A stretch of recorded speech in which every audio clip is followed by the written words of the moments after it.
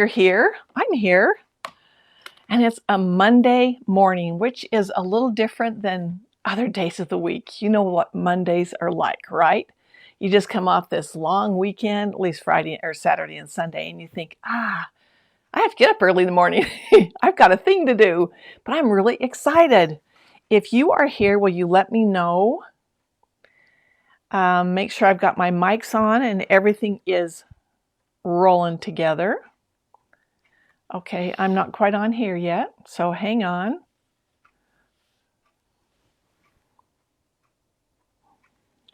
All right. If you're here, let me know. I'm just looking around to make sure everything is set up right. All right, I'm not here yet. Maybe it is Monday morning, do you think? It is a crazy Monday morning, but I'm really happy to be here. Our skies are blue today, although every afternoon we get thunder, and yesterday we had some, not much rain, a little sprinkle, but that's about it. All right. Oh, we do have somebody here. Okay, good morning, good morning. I can't tell who you are until I get my phone to cooperate, and it is not cooperating. So I can see that you are here. Have we got good sound? Oh, Whispering Pines.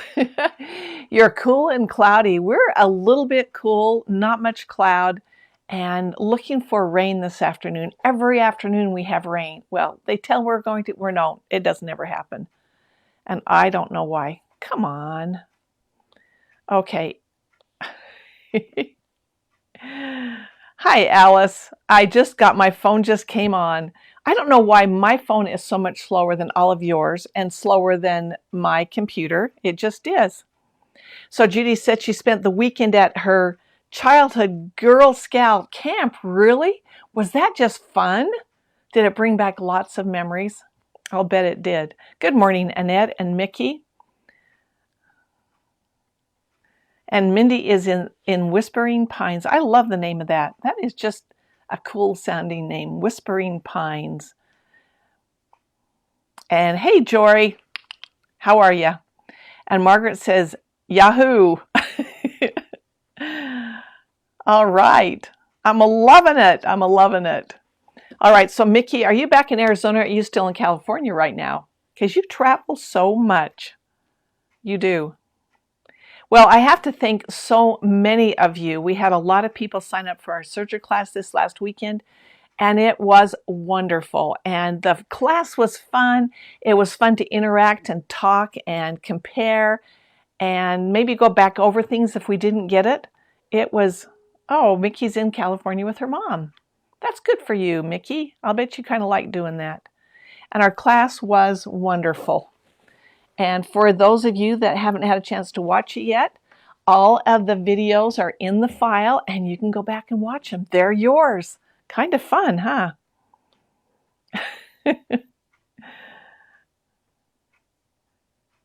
Okay, Alice said she just joined the 2 other groups that we recommended because you know what we're doing today? We're doing the Bluebird. Should be the Bluebird Happiness. Okay, Regina said she's from Pearland, Texas. Well, we're glad you are here. Okay, tell me about your weekends. Did anybody do anything fun? We went, took the side-by-side, excuse me. I cannot stand threads hanging out the wrong place. Up the canyon again, and it was so much fun. It really was. But when we came back, we were so dirty. I mean, covered with dust.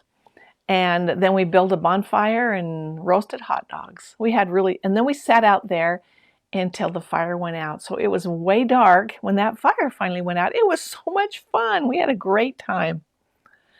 And now I am ready.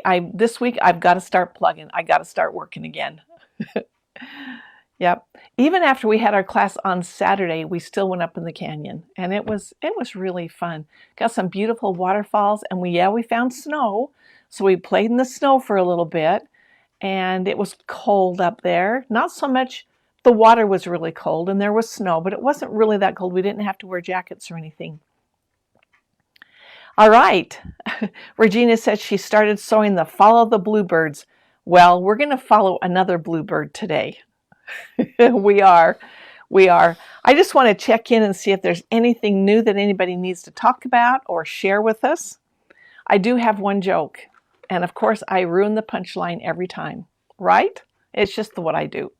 So stick with me. And if you can follow it, that's great. All right.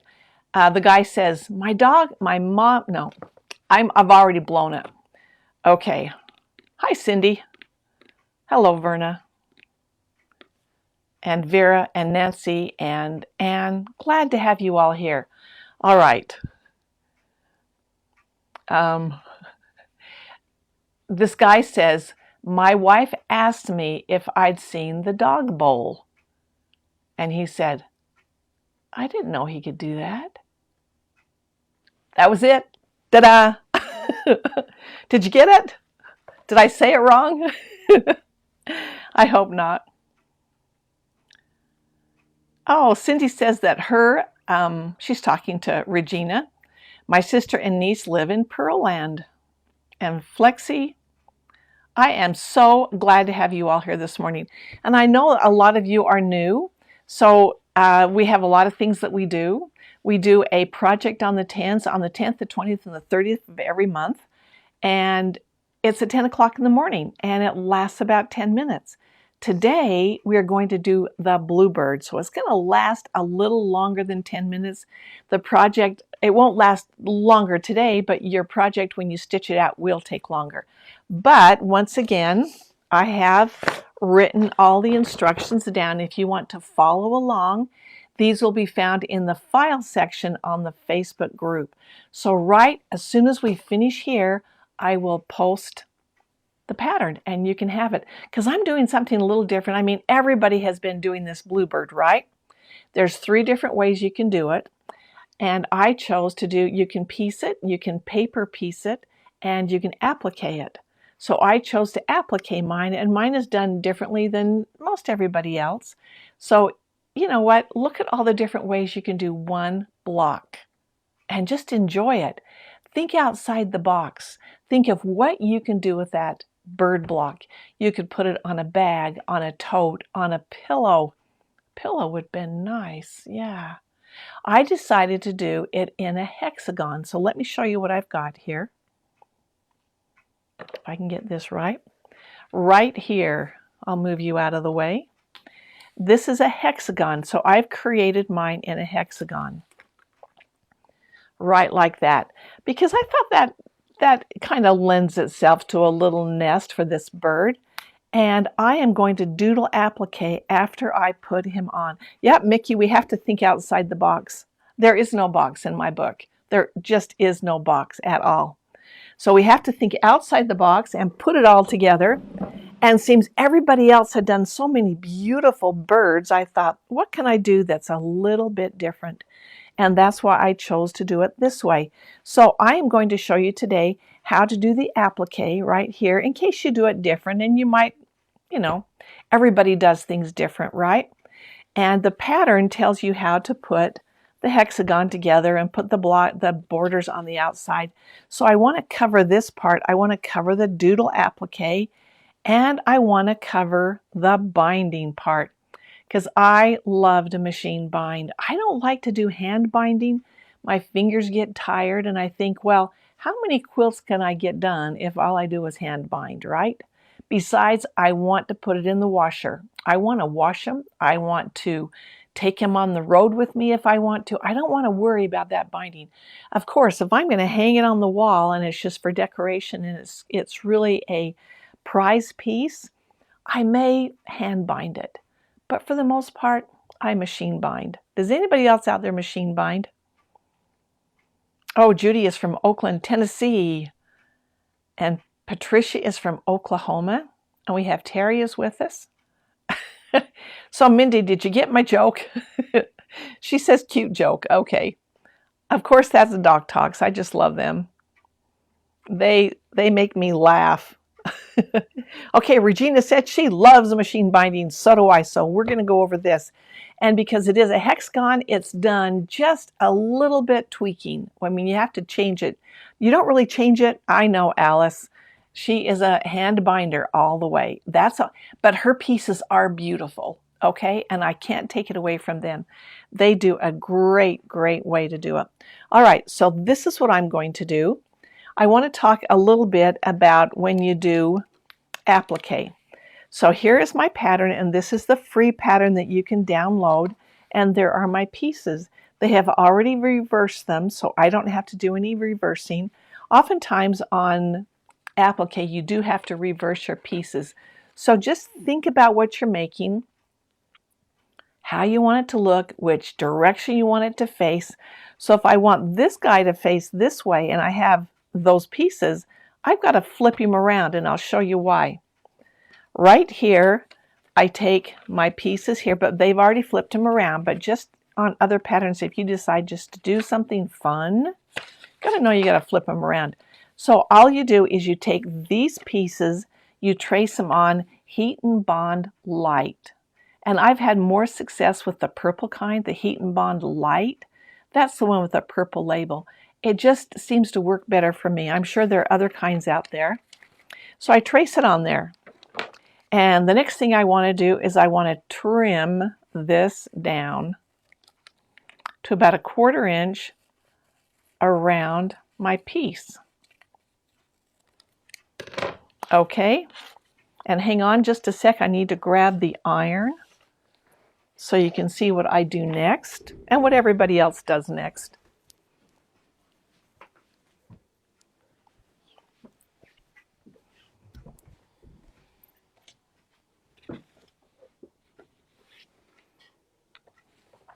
And I'm going to bring this over here where you can see.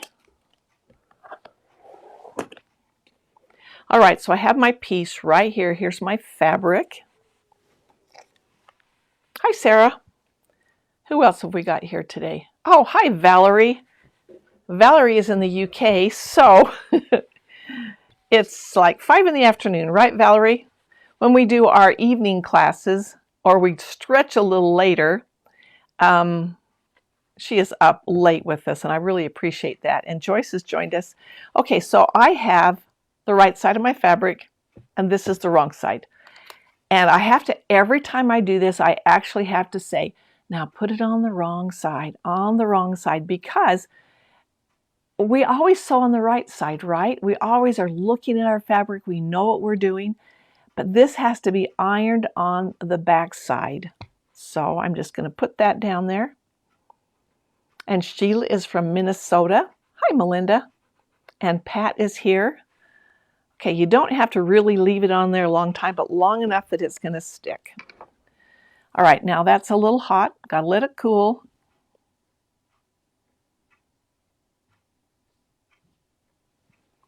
The next thing I want to do is, so remember I cut outside my lines when I cut it out of the paper, because now I am going to clip and trim right on my line.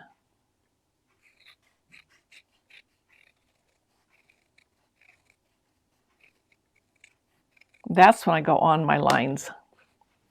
All right, and now I have this piece right here. Well, I've got paper on the back of it, so it's not going to stick down, right? It's just not going to do it. It's only going to stick to itself. So I need to get that paper off. The way I do it is that I fold my project over just a little bit to the paper side. If I folded to the fabric side, nothing much would happen. I just have a fold on my fabric.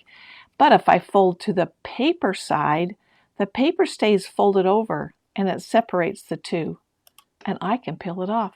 Now, sometimes I have not ironed this down well enough, and so it doesn't just pull off. And if that happens, I just put my iron back down and put it down a little bit more, because I want to make sure all of that glue is transferred to my fabric. And then I take that piece, and I'll show you, I have my pieces already out here. And these pieces are ready to be, and where is my nose or my beak? That guy didn't want to come out. These guys, I have the paper all taken off, so they are ready to be glued down. So I'm going to bring my guy over here. Now I just have to look at this and decide which one do I want Which way do I want to have it facing? And this is going to be upside down to you, but if I try to do it upside down, then it's going to be one wonky bird. But what I want to do is place all of my pieces carefully on here. So there's the body.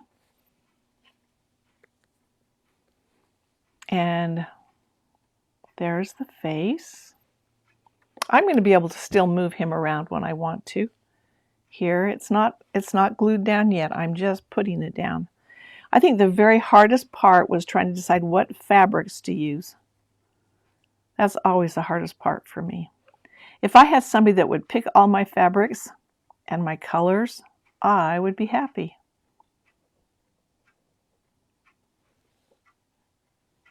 I just have to get him the way I want him. And I'm looking for one last piece here. Oh, it's sitting right on my scissors. And there's his belly. I could have given him a red belly, and I think that would have been really cool. He would have been a robin. And then decide on there where I want to put his beak. And then all I have to do, I kind of have him put in there about where I want him. But I can move him around still because I don't have him glued down yet.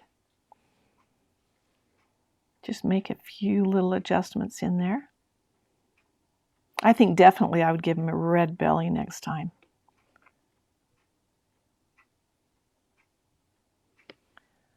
Okay, I think I'm good. Yep, Heidi, I did a red, white, and blue. I had to. You know what? This is the only time of year I really can get away with it. Red, white, and blue is my favorite colors. I think I want to turn his beak around. So I actually have to just sit on my hands in order to not buy everything red, white, and blue. One time I bought a contact case. It was so cute. It was red, white, and blue for eye contacts. I don't wear glasses either, so it was kind of weird. But now I have this red, white, and blue contact case. I'll think of something to do with it. Okay, I could fiddle with that all day long, but I'm going to leave it right there where it is. All right, I'm going to take my iron back, and I'm going to carefully just lift up and down. If I were to slide my iron along, then it's going to move my pieces. I don't want that. But I also have to be careful that I don't leave it in one place too long. I have done projects doing this where I had left it a little too long and it kind of made a circle of my iron. And I don't want that.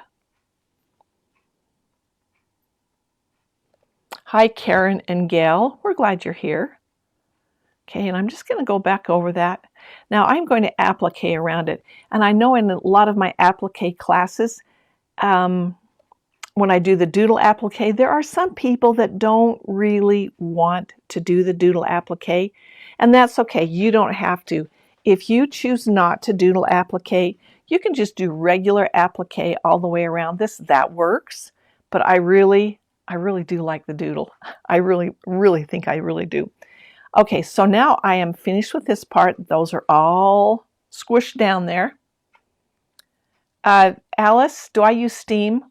If it's in there, I do. I don't really, no, I don't use steam very much in it. In my little iron, I don't have water in it, no. But I think you could still do it with steam. I don't know that I know that people will say either you have to use steam or don't use steam, and I really don't see a lot of difference in it. So you can use steam or you don't have to. Okay, I'm going to go to my sewing machine. I am ready to roll over here. I'm going to move this out of the way. And I am sewing on the Solaris this morning. It is like my favorite machine. And I sew a lot of different kind of machines. I've got an Altair here. I have a Destiny and a Soprano. And this really is my favorite machine to work on.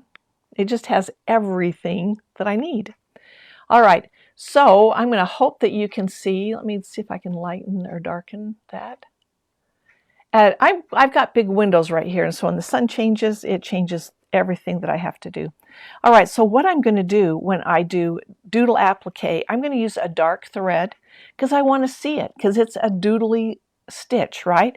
And I'm going to go around each piece at least twice. And I'm not going to follow the same line. In fact, let me show you over here on the piece that I have finished how that works. So doodle applique is exactly what it sounds like. It's just a doodle stitch. I'm going to bring this up a little closer so you can see that. Hope it focuses. There we go. So you're going to go around it at least twice. Once just does not give you enough stitching. And you don't want to follow the exact same line, because the whole idea is to make it look like you doodled it. Okay, you just are going to doodle. So if you can imagine sitting with your pencil and piece of paper, and you're sitting in a really boring meeting, or sitting on the phone, right? And you're just trying to occupy your mind. Well, this is kind of the same idea. So what I'm going to do is I'm going to probably start right down here on his body. And I'm in a straight stitch. And when I do free motion quilting, I've got my hands on my project. This is a little bit different than free motion quilting, as in I'm going to be turning my project around. When you free motion, you really keep that steady and you don't move the fabric anything more than just exactly like this. You don't turn it like this. But in this doodle applique, because I'm going to be changing directions and cutting my thread, it's going to be changing a lot. And I don't pull my thread up from the back. I just start stitching. And I'm going to go over it twice, so it kind of takes care of itself. And I want to go kind of fast.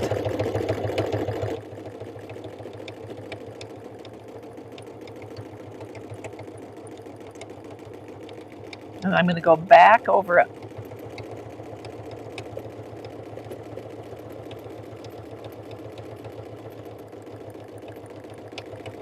I'm going to do that on every single piece.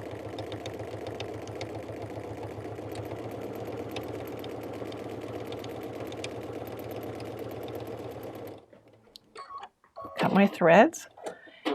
And I like the fact that I have my multi-purpose foot pedal down here, because I can cut my threads and never take my hands off my machine. Okay, I'm going to do around the wing.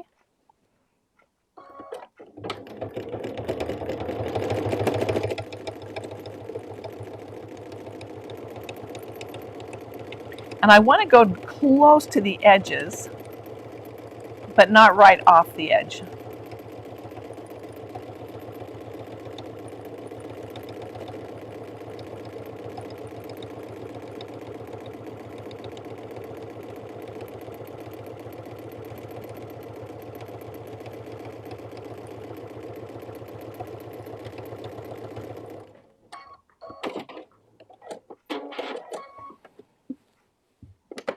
And on the tail, I did want to give those, let me go back over here for a sec, because I did want to give some definition to those tail feathers.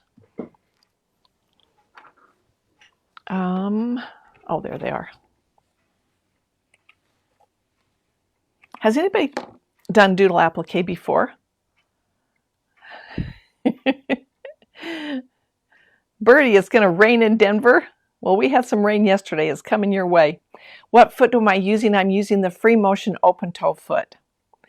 I normally use, this is just the tray table that comes with your machine, and I normally put up my extension table, because I love the extension table, but I don't really have room when I have all of the cameras and things set up. But that was normally what I would use, definitely.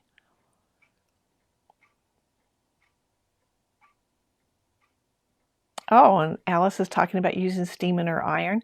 When I use steam, I do use steam when I'm pressing my seams open and things. And I know some people don't like to use steam.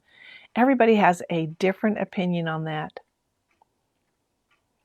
Heidi asks, is freezer paper different than the Heat and Bond Light?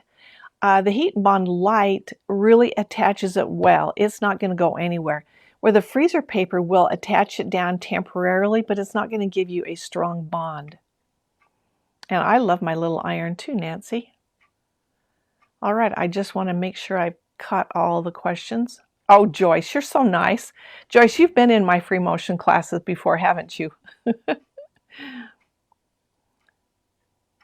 Yeah, Alice, we did it in the teacup class. Yes, I liked that. A doodle applique is one of my favorite techniques because it is so freeing. You really can do what you want. And there's no mistakes in it. You just don't make mistakes because it's the way it is. And I love it. All right, the next thing I want to do before I go any further, and I could have done this before I ever started over there, but I do want to put a few, I've used this specific fabric right here because I thought it looks kind of like feathers, but I still want to put some lines out here like this. And I could just free motion them as I'm going, but I think a lot of times it's just easier with something like this when you know exactly where you want to go, that I'm going to put the lines in there. I also want to put his feet down. Now, because I'm using my friction pen, if I didn't like what I ended up with down here, I can always iron it off. And I have to say, when I am actually stitching these out, they don't look exactly like that because you start stitching and you get a little crazy and a little wild, right? All right, now I'm gonna free motion and doodle applique those down. And once I've got that all finished, because right here I already have my borders on, and I already have my fusible fleece on the back because that gives me the body that I really want to have when I'm doing the doodle applique. I'm even going to give him a little eye up here. I'm going to put that there so I know exactly where I want to do it. When you're down on the machine and you're doing the doodle applique, sometimes your perspective and your where you're looking is a little different. So if I'm going to do an eye, I'm going to draw it on first so I know exactly where I want it to be. The next thing I want to do, and I'm going to change my thread out, so I'm going to leave this, I'll come back to this in a few minutes. The next thing I would want to do is put my backing on, because I would have all my doodle applique done. I don't really want to have the doodle applique come through to the back, but now I do. I want to have that back on because the next step I'm going to do is I'm going to quilt right here, and I'm going to use a serpentine stitch, and I'm going to stitch in the ditch, kind of, because it's going to be a little bit wavy, along each of the lines that I created when I was piecing it together. So you can see I went from edge to edge, and then right here I even went right there, and I did a great serpentine stitch. I like that, and that quilts the back to the front. I could have used more of a matching thread back here. I chose not to. I wanted to see how that looked because I do like to see my stitching even on the back. But as you can imagine, I don't always want to see this stitch on the back of here, which is why I waited to put my backing on after. All right, so I have all of my doodle applique done. I've got my borders and I put my back on. I've got this all serpentine stitch. The next thing I want to do is put my binding on. So I have a step out here and I've got my binding all ready to go and it's half stitched on. So when I do my binding by machine, I attach it to the back like right here. And here's how my corners are. I've got my corner because I want this still to be a mitered corner on the front. And the hexagons are a little more difficult to get that mitered corner. But you can see how I have sewn to a 1/4 inch and then folded my fabric over. Now if you're doing a quilt and it's a 90-degree corner, you would have this right up there like that, right? Well, on a hexagon where it's not a 90-degree, I have to pull it back just a little bit because I don't want to have that much fabric on my corner. So I've got it about right there when I sew it back down. And there we go right there. All right, so now I want to go over to the machine and I'm going to pull all these to the front. And I'm going to show you that we can get a pretty good mitered edge right there on those corners. So let's go over there again. Does anybody have any questions? Cindy Coram Clark says, Bertie Cade, go Nuggets. I haven't been watching the NBA since the Jazz fell out. So I'm assuming the nuggets are still in. I love to watch them sometimes. And Valerie says, sorry, I'm late. Snowed under with admin. Will watch on catch up. Oh, she must have had a lot to do today. And Regina says, I can't control something like doodling. I can't even write my name.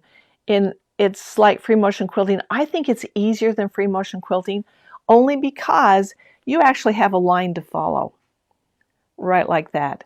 So it's not like you're out there just doing free motion. It's free, but still you've got a line that you're following. So it's really easier than free motion quilting. I love to do free motion quilting, but I like to do it on my long arm. I honestly do not like to do it on a domestic machine because I have a hard time having the space that I need and being able to do all of the things I need to do with moving the fabric around. I would rather move the machine around the fabric, but when I do the doodle applique, I stumbled on that. When I do the doodle applique, I don't mind it because I do have a line to follow and I know exactly where I'm going to go. And it doesn't have to be perfect. It just has to glue it down. And I think it's really fun to do. On this binding, I did 225. I normally do 2.5. When I do a quilt, I do 2.5. But on this one, I do 225. So I want you to see right here. So when I talked about having a design to follow, I'm just going to follow right along there. See, I don't have to worry about it. It's not like free motion completely. You're just moving it. I mean, I really like it. You're just moving the fabric around and it just seems to work out. So I've got my legs that I do down here and I go right there. You go over it twice. And so it's really like, think about a pencil that you're doing. Can I take a square block and turn it into a hexagon mat? I think you're going to have to start with a hexagon somewhere in there. And Joyce said, do you iron your binding before you putting it to the front? I don't. On smaller projects like this, I actually would press it over, but I didn't on this one. I don't always know. Okay, I think we're caught up. So we did our free motion quilting on this, and I will finish this later and not make you guys sit and watch me. But I love the doodle applique. And now I'm going to go over and I'm going to put my binding on. Okay, and to do that, I've got to change my foot, of course.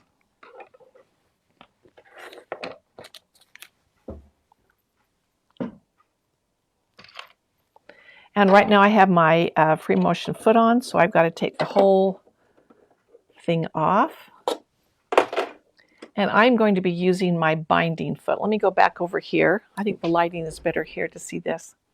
This is my binding foot. I love this foot. I used to do it only with the edge joining foot.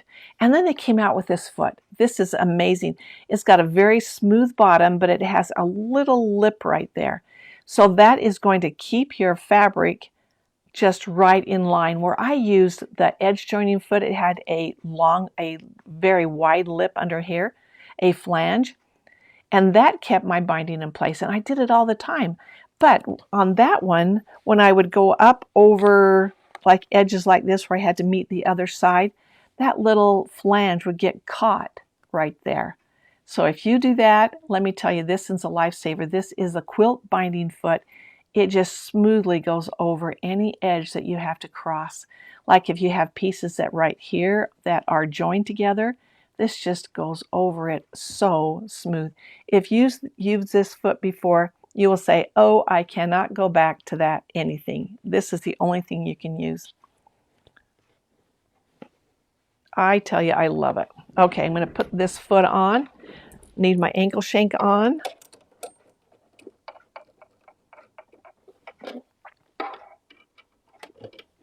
Okay. And now all I have to do is that I have to make sure that I keep, got to move some things out of the way here. If I keep that the fold of my fabric right there along that lip. And I'm going to, oh, I've got to change my thread out, sorry.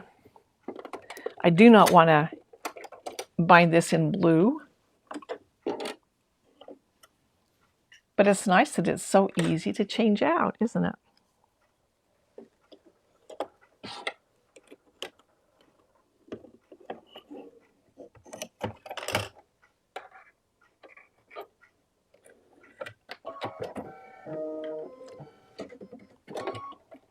So I've been looking at all the other Bluebird blocks, and they have been so fun.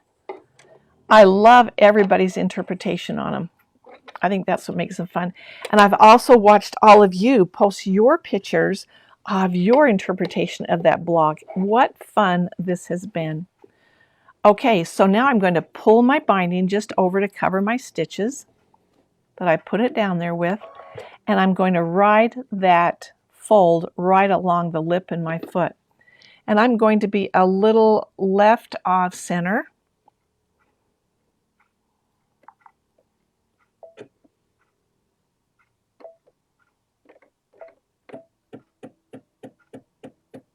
Going to move my needle where I want it to be. And of course on these machines you can have that needle anywhere you want. All right, so I'm just going to kind of hold that over while I stitch it down.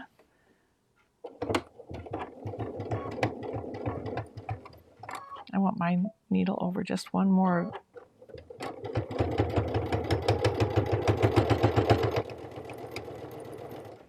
All right, I also have my Bianni stiletto, and this one I cannot live without. When I get to the corner, I'm just going to kind of hold that in place as I go down and over.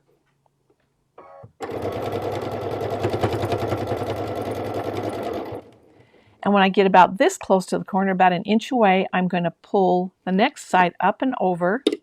And then I am going to slide. So I'm sewing there, I'm holding it here. I'm going to slide my stiletto just right into that corner, and that creates my mitered corner. And then I hold it with my stiletto. And the thing I like about the Bianni stiletto is that it's textured. So I can actually pick this fabric up and move it if it's not right where I want it. And I'll just hold that in place. And then turn that corner. I am ready to go to the next side.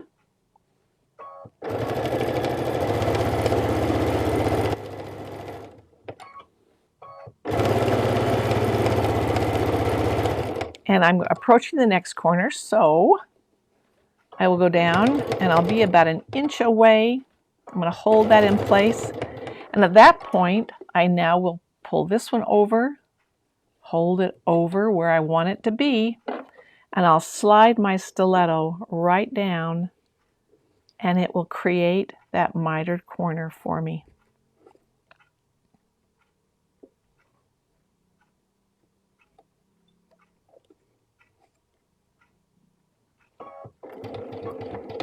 And the mitered corners on the hexagon are a little trickier than the ones you're going to do on a regular quilt with square corners. But it is still doable, very doable.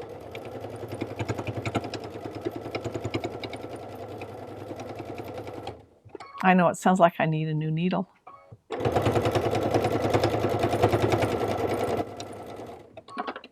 Once again, I'm going to fold that over, slide my stiletto along the corner.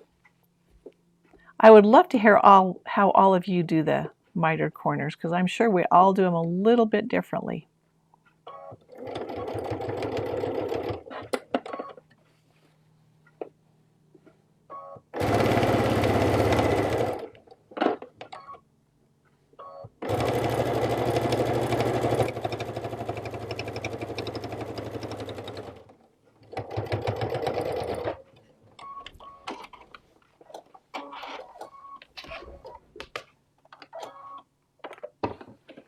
All right, so let's come back over here. Here I have my mitered corner on the back, right there. It's hard to see because it's in that cream fabric. And then I flip it over to the front, and I also have a mitered corner going the other direction, just exactly how you want them to be. So there you have it. There is my miter corner, and I love to do them that way. And I really like this bird. It's been fun to do. Alice, thank you. I'm glad you love binding. I know that you like to hand bind, but I'm still glad you love it. I love it too. Marilyn, thank you. You use the foot with the flange, you can, but I tell you, if you ever use this quilt binding foot, you won't go back to the foot with the flange. Because I used that. I'm going to get both feet out here so you can see them. Because I have my edge joining foot right handy. I do use it a lot, but I don't use it for this anymore. All right, so I don't know how it's going to be easiest for you to see this. Right here is my edge joining foot. And you can see, let me go over here, that right there in the center, there is a flange right there. But you can also see how that can get caught on things. That's why I don't use it as much anymore. It gets caught when I come to a seam or something that I have pieced together, that will get caught.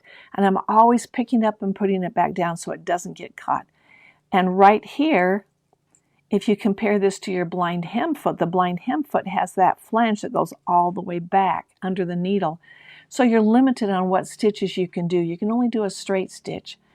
But I like to use a serpentine oftentimes when I bind my quilts. You can use that, or you can use an applique, very large applique stitch. And so this does not have the flange that goes back. So that's the advantage to that one. But on this one, you can see that I still have the lip that's going to guide my folded fabric, but it's not going to get caught on anything. When you're going around those corners, around the joints, it just smoothly goes over it. So I tell you, you just have to try it. All right, does anybody have any questions? Please try the doodling, and will you please post your pictures? I want to see what you do with it. I love to doodle applique. I learned about it a few years ago, and every time I can, I will stick it in there because I think it's just so much fun to do. Although I like traditionally applique where you kind of, that stitch disappears into your project. That's pretty good too. But I kind of like to see it. I like it to be all doodly. Excuse me. Oh, okay. Any questions? I want to see your projects. Please post them. Let's get it out there. Put the hashtag on it. I want to see what you do with it. I have so enjoyed everybody else's projects with all of the other bluebirds. I want to see yours too. All right. Thank you so much. If you don't have any more questions, then I will turn you loose and let you get your bluebird done. And as soon as I finish here, I will post the pattern on the same place where you've just watched this, and you'll be able to get it, and it will be yours to keep. It'll tell you how to put this whole block together. Okay? All right, everybody. I'm going to sign off, and please join me again. We have our buddy chat on Thursdays at 5 p.m. Mountain Time, and in that we just do a demo, and we talk about new things that you can learn. So if there's something you want to talk about, that's a good time to talk about it. Oh, you guys are great. All right. Thank you, everyone, for joining me. I will see you later.